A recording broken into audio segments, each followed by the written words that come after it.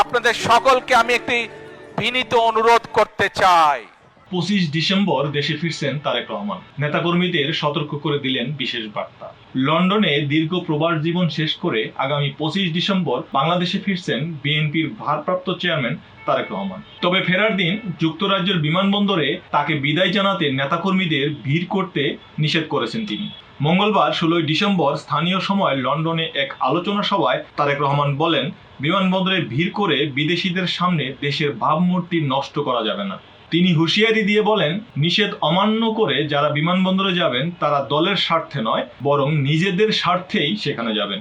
একই অনুষ্ঠানে তিনি আগামী জাতীয় নির্বাচনের ইঙ্গিত দিয়ে বলেন, আর 2 মাস পরেই দেশে নির্বাচন হতে যাচ্ছে। ষড়যন্ত্র মোকাবেলায় এবং স্বপ্ন বাস্তবায়নে তিনি সবাইকে ঐক্যবদ্ধ থাকার আহ্বান জানান। উল্লেখ্য, 2008 সালে দেশ ছাড়ার পর দীর্ঘ 18 বছর তিনি দেশের বাইরে। আপনাদের সকলকে আমি একটি বিনীত অনুরোধ করতে চাই, করব সত্যি? আচ্ছা, কি সেই বিনীত অনুরোধ? প্রিয় ভাই বোনেরা, আপনাদের সাথে আমি 18 বছর ছিলাম। বিভিন্ন সময়ে বিভিন্ন অনুষ্ঠানে অনেক মানুষের সাথে দেখা হয়েছে। আপনাদের সাথে বহু স্মৃতি আমার রয়ে গিয়েছে। আপনাদের সাথে বহু দুঃখ কষ্ট আমি শেয়ার করেছি। আপনারা বিভিন্ন সময় আমার বক্তব্যের শুরুতেই বলেছি, যুক্তরাজ্য সহ বিভিন্ন দেশের প্রবাসী, বিশেষ করে যারা জাতীয়তাবাদী বাংলাদেশি জাতীয়তাবাদের রাজনীতিতে বিশ্বাস করেন, আপনারা বহু মানুষ বিভিন্ন সময় আমার পরিবারের দলের বিপদের সময় আমাকে মানসিকভাবে সাহস দিয়েছেন, সহযোগিতা করেছেন, সমর্থন জুগিয়েছেন। আজকে বিশেষ করে লন্ডনে যারা আছেন, বিশেষ করে তোমরা যারা ইয়াং আছো, ছবি তোলার জন্য পাগল হয়ে যাচ্ছ, প্রত্যেকের কাছে আমার একটি অনুরোধ, 25 তারিখে ইনশাআল্লাহ আপনাদের দয়া আল্লাহর রহমতে আমি দেশে ফিরে যাব।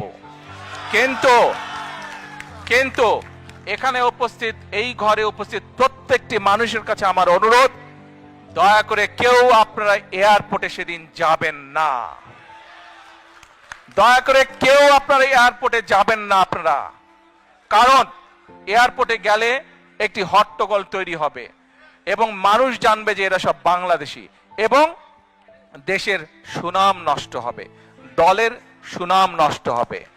যারা এয়ারপোর্টে যাবেন না, যারা সেদিন এয়ারপোর্টে যাবেন না, আমার আজকের এই অনুরোধ যারা রাখবেন, আমি ধরে নিব তারা দল এবং সর্বোপরি দেশের সম্মানের প্রতি মর্যাদা রাখবেন।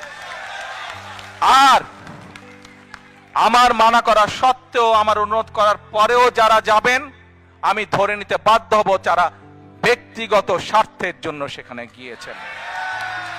প্রিয় ভাই বোনেরা, সকলের কাছে দোয়া চেয়ে যাচ্ছি, আপনারা দয়া করে দোয়া করবেন, দেশনেত্রী খালেদা জিয়ার জন্য দোয়া করবেন।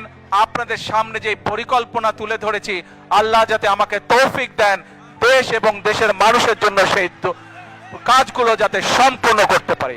আল্লাহ হাফেজ। বাংলাদেশ জিন্দাবাদ, বাংলাদেশ জাতীয়তাবাদী দল জিন্দাবাদ। আসসালামু আলাইকুম।